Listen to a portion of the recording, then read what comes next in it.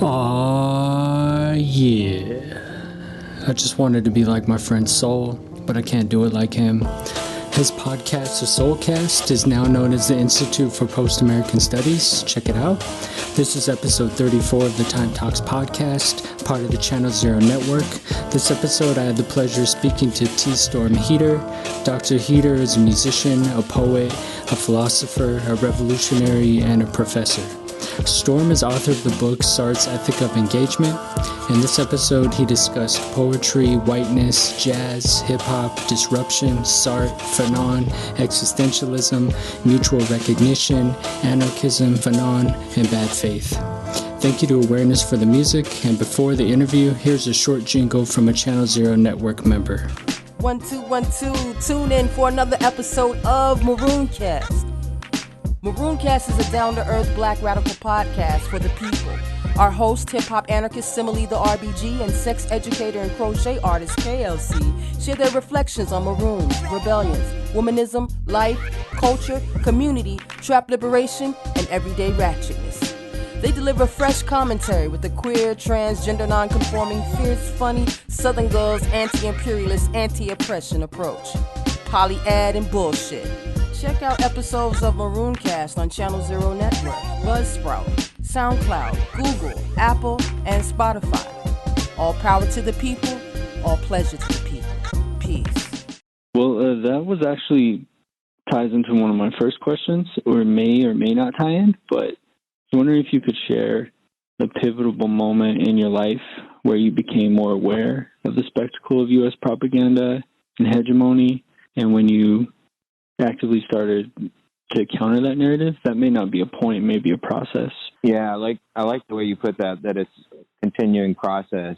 I mean, I think that there was a moment when I felt a real personal need to resist, and that mostly came kind of under Bill Clinton and the bombing of Kosovo. I had a friend, and she was just like in Serbia, and we had bonded, and I was like, wait, these bombs are falling on you right now, and it just blew my mind. And so that's funny because that was college.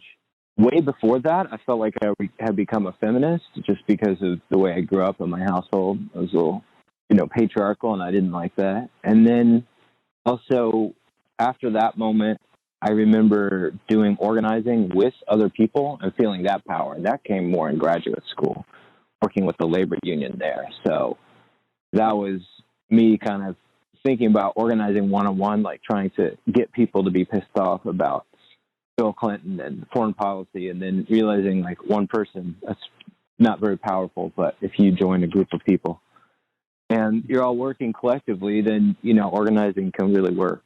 And so that was like the labor struggle in graduate school in, 1997, I guess. Oh, wow. In looking at the patriarchy that you grew up with, what kind of made you step back and analyze that instead of internalize it? Or maybe it was internalized too. As far as feminism, when did that kind of take hold and open your eyes to those forms of oppression that were going on? Well, I remember, again, this one is a real clear moment. I was a high school debater, and we were, researching topics. Again, by this point, I was out in kind of rural Kansas, and so I had this kind of precocious hippie beatnik parents or whatever. So I knew how to read and argue and stuff, but it was real patriarchal. And so I went to the library and I asked the librarian for books on sexism, and she thought I wanted books on sex ed. And so she brought me this big stack of books on sex ed, and I was so mad and embarrassed. I was like, no, I'm a feminist. I want to, And so I took this stack of books home that was my feminist books, the ones I wanted. And my dad burst open into my room and was like, we're going to talk about these books that you're reading. What do you mean you're a feminist? So that was like junior year of high school or something like that. This big showdown, and you're telling me what I should and shouldn't read. And so it was weird because it was personal, because my dad was not, he wasn't nice to my mom. Grew up in an abusive environment. And so I didn't like that. And then intellectually, when I connected the dots, he wanted to have a showdown. And, so That was it. That was the big masculine showdown. Probably emboldened you more to dig into those topics. Right. But I just didn't want to talk to him about it anymore. I was like, I'm over it. Oh, wow. Thanks for sharing that. And I had put in an email if you'd be willing to read Squirrel Hill Blues. I was wondering if you'd be willing to read it. Awesome. Yeah, let's go ahead and if you feel like it's a good time, it's a really powerful poem, but I think it's important for people to hear. And I read it like 3 times. It brought tears to my eyes, but it was also really cathartic as well. Wow, man. Thank you. This is called Squirrel Hill Blues, and it's dedicated to Lori King. Self-care gets sidetracked by non-self-care. Another shooting, bloody survivors crying, talking about guns. News always names the gun. Some details we don't need. The conservatives hope it's a Middle Easterner, but it's a white Marine. A dude who has domestic issues. The day's fucked. I'm exhausted from stress of reading about bad shit. Trump destroys our country one executive order at a time. I see the stress on the faces of my students. They're just trying to get by another day in America, KKK. 11 Jews die in a synagogue. I'm not over it. I'm not going to get over it. 2 weeks ago, and suddenly my Jewishness feels like a weight around my neck. My girls, I ask them, how's it feel? M says, I knew this would happen. I says, I'm okay. These 2 girls grow up in a world where being Jewish is met with violence. Thinking of my grandpa Bud fighting Nazis in Amsterdam. After the war, he brought home a Luger from a dead Nazi. Summer 2017, unite the right. The Jews will not replace us. Fall 2017, alt-right gun nut harasses me, threatens me, doxes me. My school says, don't talk about it. 3 weeks ago, Penn State, I drive 3 hours, and there 3 hours, drive 3 hours back home to talk about it. I talked about it. I am talking about it. Talking. Back at work, 3-hour diversity meeting, banging my head against the wall. Just like she says, anger mixed with rage and confusion and impotence, political impotence. Can't act, can't move. Get dressed and shave. Is that self-care? The self-care routine breaks down. The air is molasses. I can't move or breathe. The news makes me ill and angry and watch more news. Is this my escape? Cameron Nafar and Chuck D, those are my fucking heroes. Touched by fire, by God. Where's that fire in me? Where's that God in me? I try to say right philosophy as if that's my rap or my poetry. There's a lot of shit inside of me. The feeling inside of being beaten down and being a survivor. Guilt fucks with your head. Why me? Why did I survive? At what cost? Did I wake up alive today? Survivor is a noun. I need the verb. The violence is in my soul. It's in my brain. Feeling his angry breath to this day. Deep sadness inside me. The death of a brother. The sadness of a Christian hell. The sadness of a father never satisfied. The sadness of a mom's broken nose.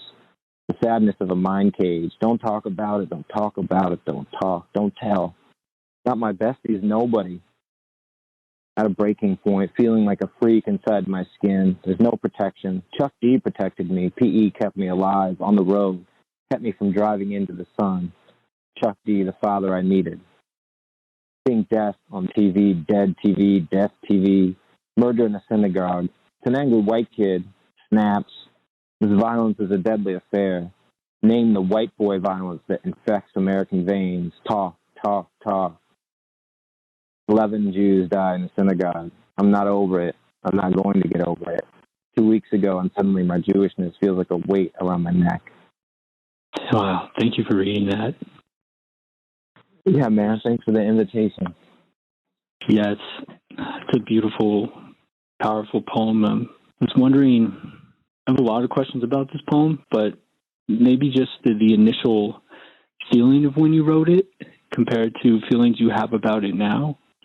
I mean, I remember the first thing I thought was in these synagogues, like it's sort of the people that are just doing the work every day that end up being the anti-fascist. So you have Lori Kane, who was, 60, 65, 70-year-old Jewish woman doing her thing in the synagogue. And when a shooter comes in, she puts herself in front.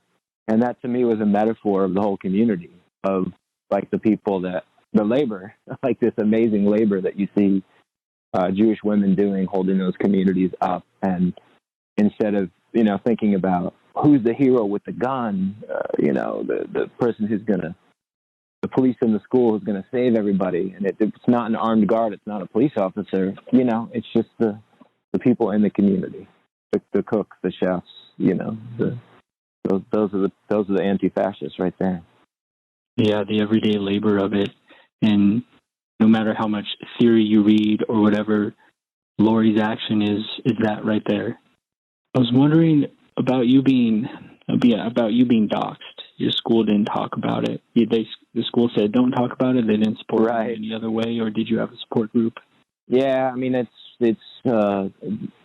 so that's pretty raw, even though it was 2017. So I had some support, really great support from some people, and department chair and provost were very supportive. And then other places where they weren't ready. They didn't understand the internet. And so when, somebody says things like, hey, this is just the internet, I don't know why we're so stressed about this.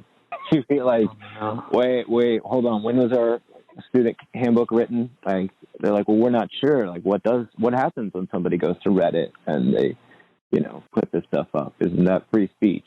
So, I mean, I think that's one of the things that we can hopefully do is to try to just explain better to people who might be from a different generation, different mindset, that the internet is where all this stuff happens. And I wanted to ask you about the intersection between poetry and politics or social justice versus writing. And I was wondering, where do you find yourself on the shore with these writings of poetry compared to your writings of articles? Like, are there different bridges that intersect, or do you find there's other waters you can get into through poetry compared to writing, for a continuum? I was thinking about this question this morning, listening to Seeds, your song Seeds. And I was just thinking about how in 2 minutes or 3 minutes with that format, you can communicate something that it might take 6 months through a lecture to communicate. And, one of the things I have been doing as well is working with a graphic designer named David Mazer. And we have students design posters that they put around the campus to try to talk about whiteness and white spaces and to disrupt those spaces. And so I think that I do need poetry and drawing and all this stuff. And, I feel old now enough to just embrace that academic philosophy is pretty interesting and you can do some artistic stuff in it, but you also gotta, for me, explore other ways of teaching and thinking about concepts. So I learn from my students, and they're good graphic artists, so I learn when they come up with visual ideas.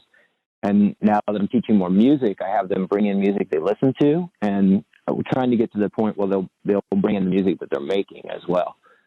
So awesome. I think it's all connected, and I think the more I connect with my students through poetry, music, sound, especially, the more inspired I get to keep working on stuff like poetry and music. Mm-hmm. That's great. Yeah, I feel that music and art can just convey terabytes of information to where reading, it can take a lot of work, and it's fruitful for it, and you need all those different tools. But yeah, there's some just hip-hop songs that just convey tons of information at once. Oh, I've been thinking a lot about sound and what talking about sound. I mean, there's sort of the cliche that, to talk about sound doesn't make much sense. It's like dancing about architecture. And I still find myself enjoying talking about sound. And so on Fridays in the class that I teach right now, I have a class on hip hop. Students just bring in music. So they create the playlist and then we just listen to it. And it's kind of nice because you can do it on the computer and put your headphones in. So it's like the one nice thing during COVID that the only thing I really like about doing Zoom is everybody can put their headphones in, and then you can put the music on, and it's pretty loud instead of in a classroom where you have to keep it quiet. And so that's been great, is listening and trying to just talk through sound. What are you hearing? What does that mean? Definitely. And with having on headphones, they can get that deeper environment of even panning and how what's conveyed through panning is, I always find that really interesting on how artists may have something come through the left ear to the right ear and what messages are conveyed through that. Exactly. And I just took up my first music lesson from somebody on Zoom, so that was pretty interesting. We had to figure out how to use Zoom for that, because that's another thing that's transforming, is how people are doing music lessons. Because I don't know about you, if you figured out a way to do things simultaneously, but that's another whole way to think about how sound is changing, because if we're doing stuff on Zoom, usually you're listening or you're overdubbing or something. It's hard to improvise together at the same time. Yeah, it's how we listen is changing. That's kind of what I've been thinking about with whiteness and listening, is audiences and how we listen, and maybe that tells you a lot more about the music. Like what is the story from the listener's perspective, and just emphasizing reception of sound and audience. So yeah, Zoom is changing things in real time. Now that we're talking about Zoom, I wanted to ask a question about, if, as a teacher, if you think Zoom has changed the perceived hierarchy of the classroom, because, I don't know how you run your classroom, but typically just by default, the class will start with students sitting and a person standing above them. And I feel that Zoom levels the playing field a little bit by everyone sitting at a computer and being in this box. And that also there's some familiarity with it being similar to social media. Do you see any parallels with this on hierarchy being broken down by Zoom? Yeah, I love the contrast between standing in the classroom and the way the desks are arranged and the way that a Zoom screen is arranged. I have my students study my class and other classes as a way to think about inclusion. And so it's anecdotal, but we learned some cool things. I asked my students to observe, say, one of their social class and pay attention to who gets called on, how cameras are used, and to try to understand it in terms of power and hierarchy. So we had about 10 students, and a lot of them noticed these patterns where, among other things, the white professors called on white students more and just didn't call on other students. And that's really interesting. So I think that Zoom really has the potential to be used in a more egalitarian way, because you're not standing above, and you can. But some of these, what we found, were recreating power dynamics in the classroom. And so the students then created these posters, which this year they're not going up physically, but we have a online art exhibit. And so in the poster, they sort of, like, one of them depicts the white professor pointing to the white student in the back with the hand up, with the other students in the background being called, not called on. And so those are posters that they're sharing with teachers. So, I think that's like the feedback loop we need, like if we have the students actually telling us through art what we need to do better in our classroom, that's great. One last thing about your poem is there's so much dynamic to it. One thing that was really powerful about your poem is that you point to whiteness and masculinity and patriarchy in it. And you also talk about how they usually name the gun, where they'll usually say a shooter, but they never say, right. Or maybe they say a white shooter, but they don't usually say a white male. I think that's something that's really powerful to point out when we were talking about masculinity and patriarchy and these mass violence and also anti-Semitic violence. Yeah, and it's there's a hashtag for a while about what picture would they put up? Like, if I get in trouble, which picture they put up makes you think about Ferguson, right? Like, which picture do they put up? of Mike Brown. Do we think of him as a monster? Do we think of him as a high school kid, with the future? So, I mean, even Dylan Roof, like somehow John McWhorter, this guy, Columbia can still make money saying that for every black person, shot by the police, there's a white person being shot by the police. The whiteness. That's what we got to talk about. Mm-hmm. And I think one of the things I'm finding right now interesting in my reading is this guy, Daryl Sue, who is a social psychologist, and he writes about what happens in the classroom when the topic of race comes up, and he has a name for it. He calls it race talk. And so he studies really well what happens in the classroom, and generally what happens is things are fumbled a little bit, and everybody kind of feels worse because the students who are raised in a white environment generally fear talking about race. And then the students who are not white are generally okay talking about race, but because the students who are worried about talking about race sort of get vibey, then the teacher gets vibey, and everybody kind of is like, let's not talk about this and move on, which then actually makes it worse because everybody's like, why don't we just move on and not actually talk about what just happened? So I think, I've been exploring different ways to talk about whiteness, and certainly one of them is at this just visceral level, writing a poem, not thinking about it academically, just kind of sharing my stuff. Definitely. Thank you. I wanted to ask you about your relationship with jazz and hip-hop and the power for liberation. You talk about Tamir Nafir from the Palestinian hip-hop group DAM or DAM, and also Chuck D and Public Enemy. And you've written about jazz and remix as well. Yeah, thank you for asking about that. I grew up around jazz heads. The music I listened to when I wanted to listen to something they didn't like was Public Enemy, and I didn't understand why. They didn't think it was the same thing, but, it was sort of for me, a generational thing, I guess, to really listen to something that was sampling, drawing on all that. So to me, it sounded the same. It just sounded like, instead of listening to one jazz record, Public Enemy was like listening to 20 jazz records at the same time.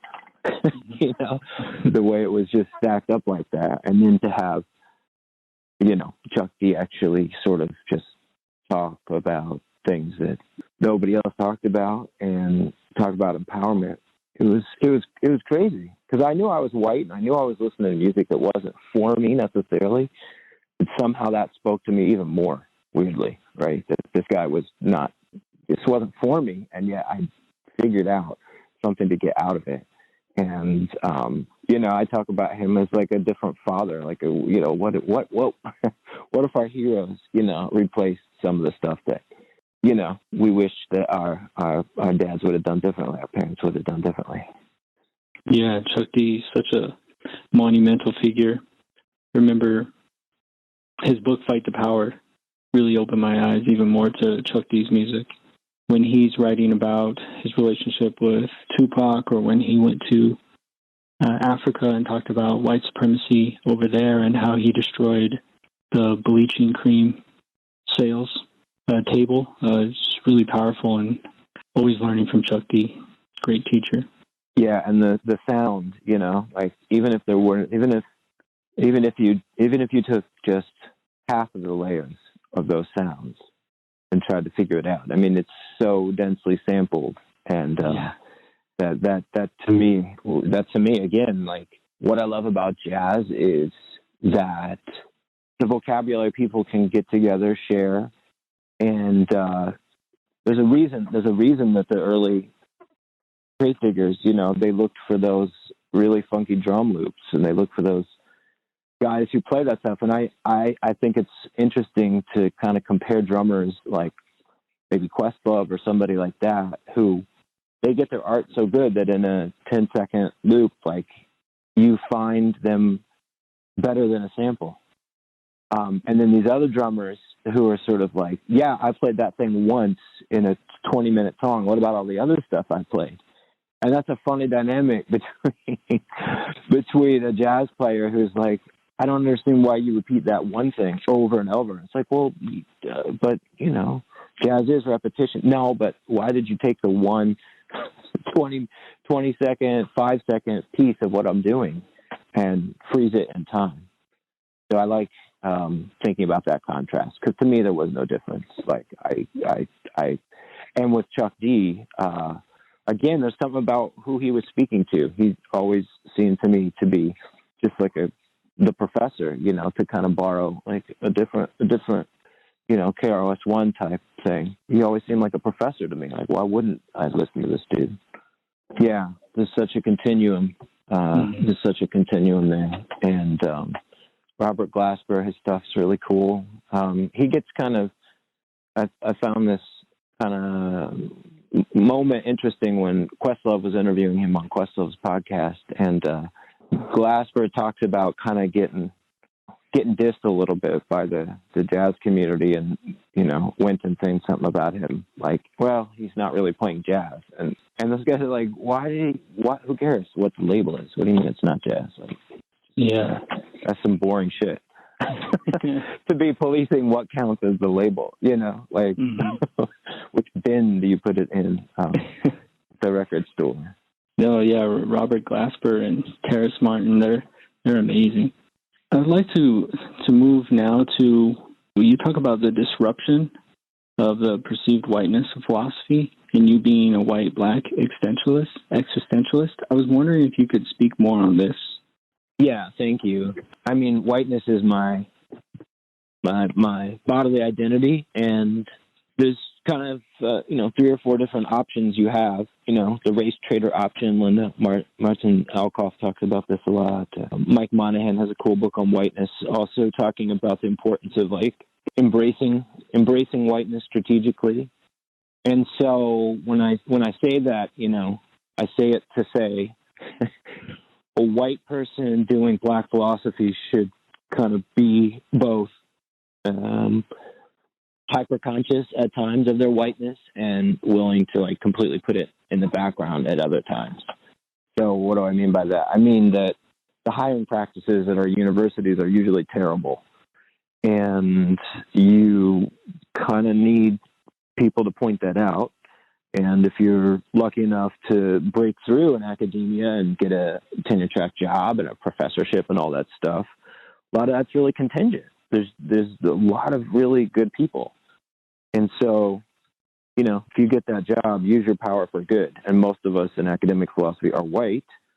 And so we need to, first of all, just really do better by our hiring practices, make space for people, and then do the curricular work, you know, teach the stuff that needs to be taught.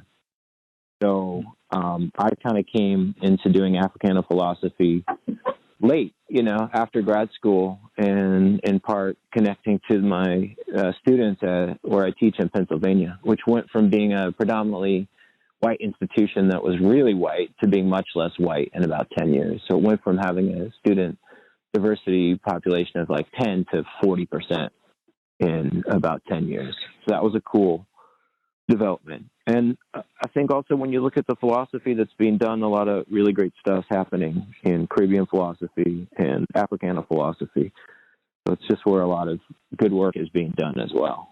Nice. Yeah. And I had a friend who was recently saying that they wanted to see more settler artists or white artists discuss more of the reflection of the violence that their white body or white male body may have.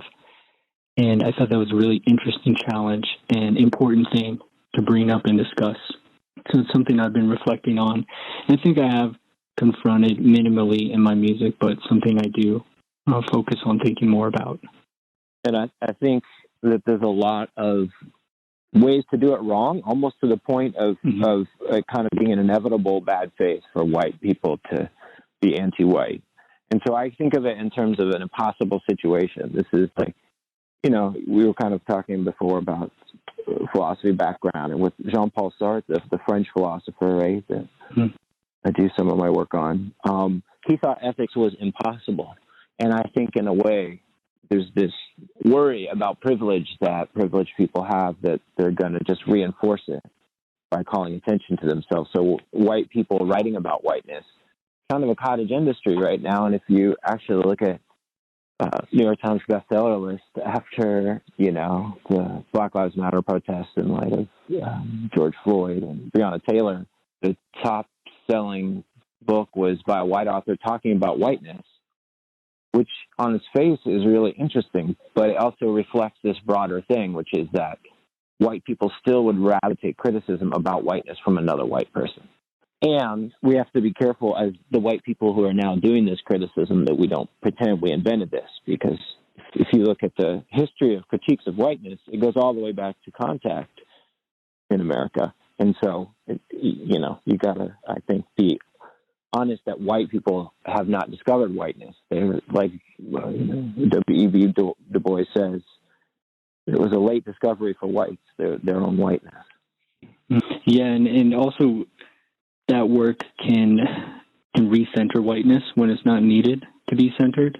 It can act as a form of performative morality. Even using the term white privilege sometimes instead of white supremacy can, I think, work to numb those power structures and hide them once again.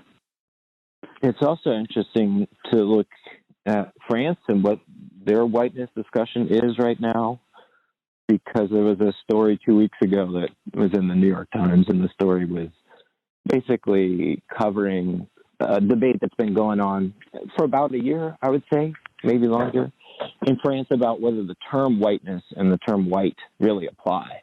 And it's kind of strange, for a person immersed in Anglo and American sort of political culture to understand why this would be such a big deal to really talk about white.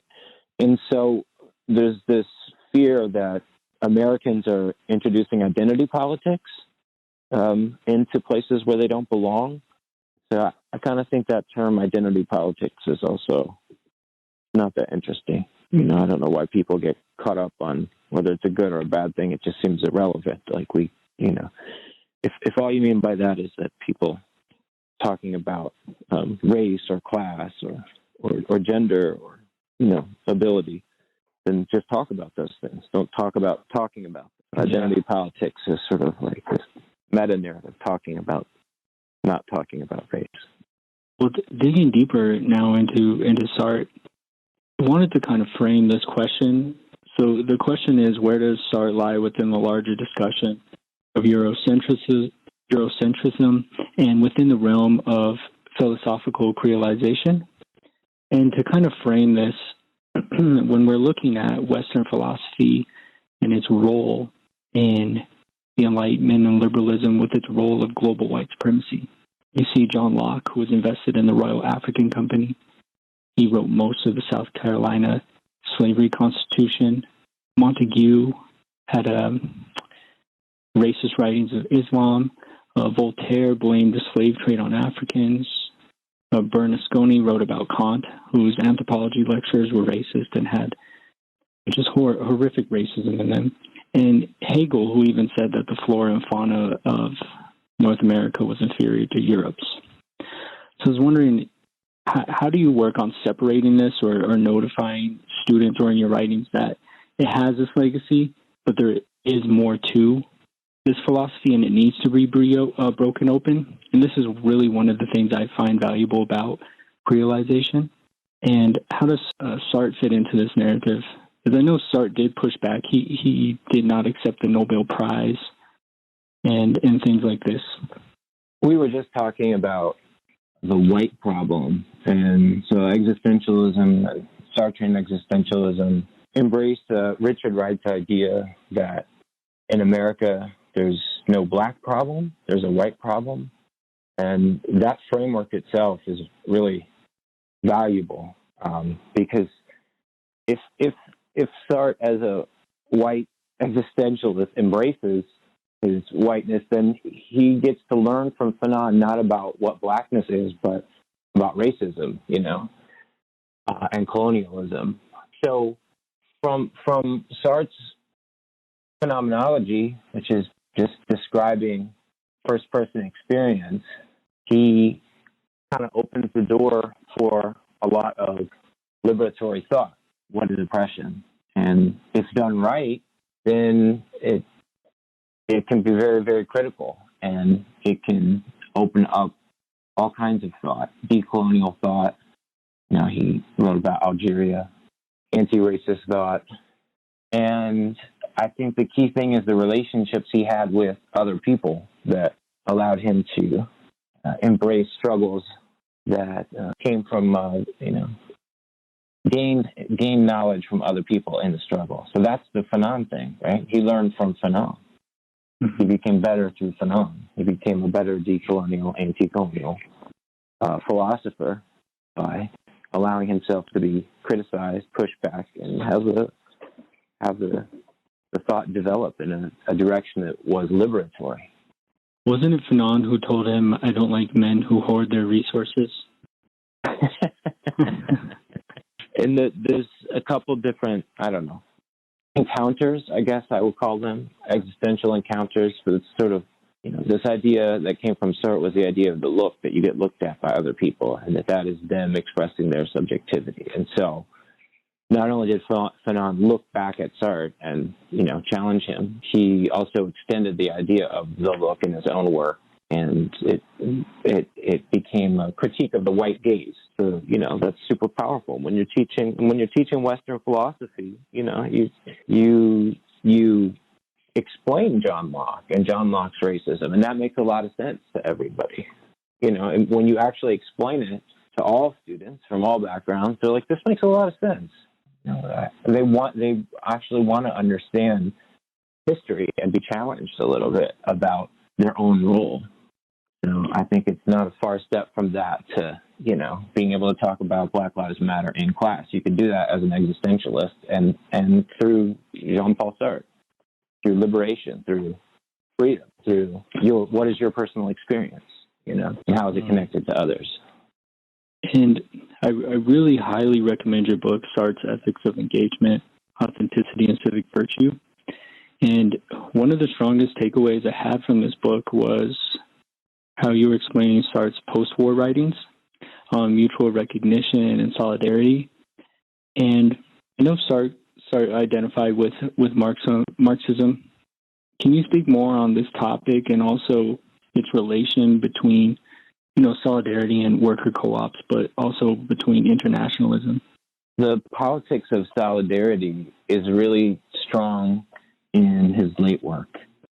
So, there's a personal reason for that, which is that he had gone through the war, become politicized, and had connected a lot with Maoists and the 68 crowd, been influenced by Beauvoir's feminist phenomenology, influenced by American thinkers, we talked about Richard Wright. And then writing from a Marxist perspective, absolutely from a Marxist perspective, in critique of dialectical reason, and trying to come up with, a way in which power can be decentralized and we can pursue liberty. So in his early work, the talk about liberty and the talk about freedom seemed very, very personal. And then by the time you get to him thinking, about society, he's really thinking about groups and how groups can either be really, really bureaucratic and serializing, or groups can be led mutually. So he's a pretty romantic idea about how groups might be able to be solidaristic. And it could be called anarchy, but it would have to require people to have their needs met in a fundamentally Marxist sense. So it shouldn't be called anarchy or libertarianism in any sense divorced from Sartre's commitment to, socialism and Marxism that we were just talking about. And that ties into my next question. You wrote a chapter on Sartre and anarchism. Yes. I was wondering, what are your views on anarchism or uses for it as a tool or a set of ideas? And what intersections, if any, does it have with your philosophy and research? And, tying this back to mutual recognition, I also see it really tie into that and anarchist organizing with mutual aid. Yeah, so the anarchist spirit and existentialism is really, first of all, it's anti-capitalist. It has nothing to do with libertarian ideas of individuals interacting in a free market. That's not it, for sure. And so instead, I think, as you said, it's how you run organizations, how you organize, how you facilitate in small groups. So in terms of what I do, I guess the clearest example would be student projects. So one of the projects I run is, or work on, help with, is called the Diversity Dialogue Project, and it's students who facilitate group discussions on racism and sexism, and the students are trained to go around the circle. We call it a round table. We also use the idea of the Socratic method, and so in those situations, it's something immediate I can implement in terms of anarchistic ideas. So, it's pretty small scale. So that's where I start, is doing classroom stuff. Nice. Well, thank you for that. And I'd like to open up more of your writing on Sartre with the term, bad faith and authenticity. And as I read your book, you described authenticity as embracing the self, and bad faith is fleeing from the self. And I was wondering if you see connections between bad faith and the overuse of the term decolonization, or the term not being used authentically. I think even Justin Trudeau used the term recently. Yeah, I didn't know about the Justin Trudeau thing. That makes me laugh. It's a good word, So, a couple things on that. One is it's good in the sense when you go back to Fanon, it really means decolonization, which is power. It's about changing power. So we talked about the idea of privilege and how that can be a term now that people can take up pretty easily and feel like they understood whiteness, but power is much more important to be talking about. And so if decolonization means power, then let's use that word. Diversity, I was skeptical of that word until I used it for 10 years effectively in academia, in a tenure track position in school, and you got results. So I'm okay with the word decolonization because, again, for me, that if that's a word we can organize around, I'm all for it. And so in terms of authenticity, that's a really interesting question, the relationship between authenticity and decolonization. And I guess Sartre would be the one to try to connect the dots with those two things. There's a lot of bad faith whiteness, and I guess you could say that one form of bad faith whiteness is to use that term to not actually change white power. I don't know. I don't want to name names. I can think of some people that might be in bad faith, but I think the whole point is that we're all, I would emphasize structural white bad faith, which to me means that when you're selling a book on whiteness and you're white, you've got to always ask, are you being honest about the benefit to you and your whiteness and your white privilege? And so that's why I said it's an impossible situation, the way Sartre talks about ethics.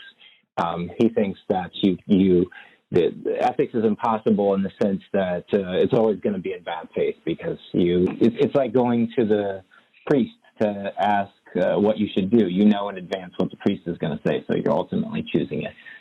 So, own your decisions.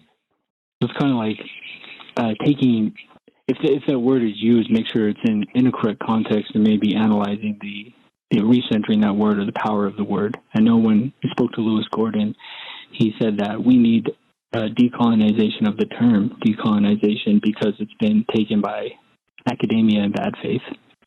And I think actually in the book you say that authenticity is accepting one's freedoms and others' freedoms. And I see that with this term being used to really, like you said, analyze whiteness and to authentically look at that on where you are. Is it stolen land? And how has colonialism affected that land you're on? So I think another term that's really honest and open and gets straight to the point is land back. And that term, when it's actually looking at giving land back to the indigenous that it was stolen from and how that could be done. or fought for? That's a great term. I love that term. And I think that universities that are the ones I'm familiar with out here, East Coast, it's just barely even beginning this conversation to actually decolonize the university, to land back the university. I mean, just as an example, we had Curtis Zeninga come to ESU and a year ago and talk about the Delaware tribe. And it was a very surreal experience because at the same time, there was a voice in the university that said, we need to keep Columbus Day. So at the same time, we were saying we really wanted to talk about land and the fact that this is Lenape land, that we invited somebody from the Delaware tribe to talk about it. We also had people in the university saying, we need to keep Columbus Day on the calendar. So just shocking inconsistencies. Yeah. And so, again, it was great. I think I always learn from the students. So I'm like, students, what are you going to do? And they're like, well, let's make images and let's go on social media and let's just talk about why, we got to take Columbus Day off the calendar. So I think the students really are, like I said earlier, they understand the internet better than their parents. It doesn't matter if they have parental clearance, right? Thank you for that. I wanted to hear more about your new project, How White People Listen. And I was wondering, was this the book that was originally going to be titled Black Noise, White Ears?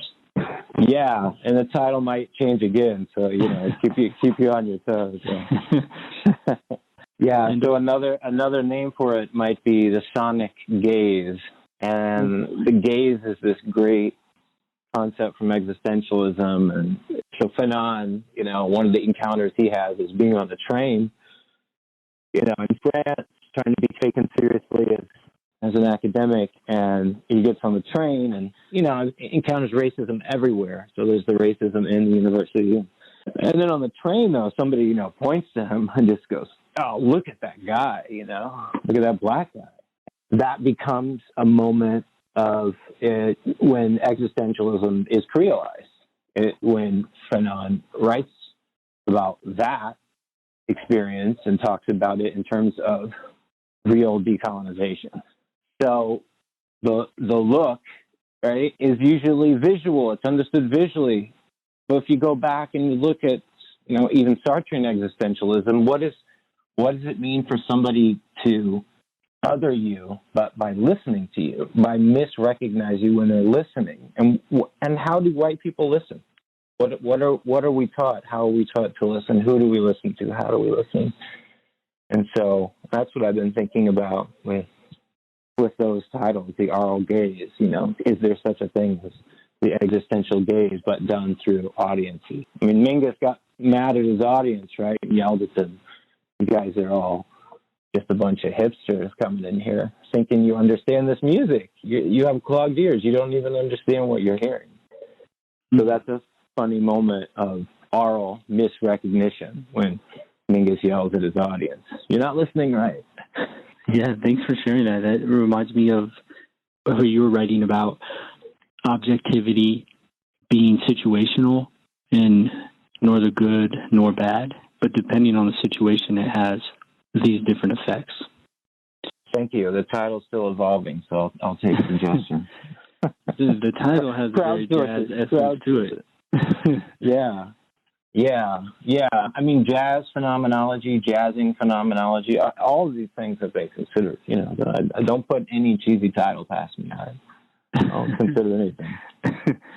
And my children know my favorite thing is when I'm walking around and we hear somebody say something ridiculous, like 2 cans of barbecue sauce. I'll turn to them and say, that would make a great band name, wouldn't it? And then my kids would say, Dad, you say that about everything.